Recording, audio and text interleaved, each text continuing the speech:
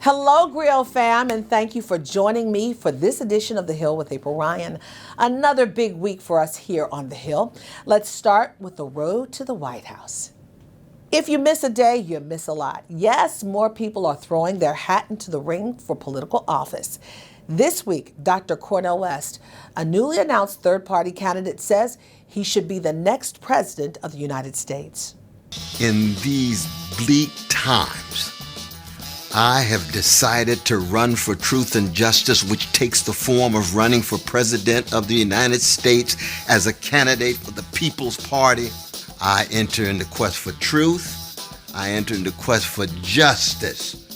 And the presidency is just one vehicle to pursue that truth and justice, what I've been trying to do all of my life. That was the announcement West posted earlier this week on Twitter.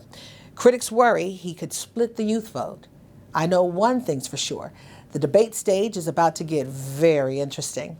Then on the Republican side, former Vice President Mike Pence says he'll run for president, along with former President Donald Trump ally, former New Jersey Governor Chris Christie, who also made his announcement to run.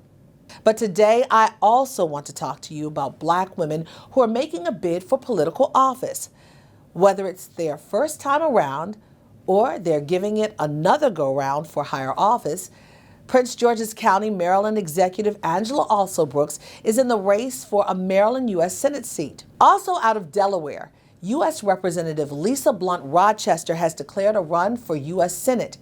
So far, she's considered a favorite for that seat. In California, Congresswoman Barbara Lee is running for the U.S. Senate seat, being left vacant by retiring California Senator Dianne Feinstein.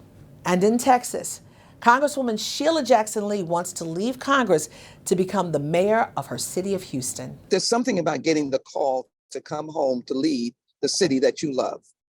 And as the calls came in, and really the pressure from the many constituents from across the city of Houston, I decided to deliberate even more intently and accept the call. Houston has a great people, and I see in the work that I've done in the United States Congress, Homeland Security, the budget, judiciary, understanding numbers, understanding the importance of managing, and understanding the needs of the people as it relates to social justice, but also as it relates to safe streets and public safety. In other news, the Department of Justice, particularly the Civil Rights Division, has been on a Deep South listening tour to respond to various concerns.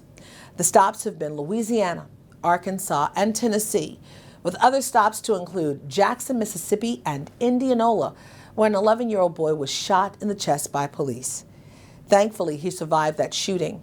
The DOJ tour is being applauded by the likes of civil rights attorney Ben Crump, who commends Kristen Clark, the head of the DOJ Civil Rights Division, for her tours. Crump said it is needed as the Deep South has many issues. He said the DAs in the Deep South are supporting former President Donald Trump's policies and ideologies, as these DAs don't guarantee the constitutional protections are extended to marginalized citizens of color. That's it for this week's edition of The Hill with April Ryan. Stay tuned for more next week, where we amplify the news about us and for us. Peace.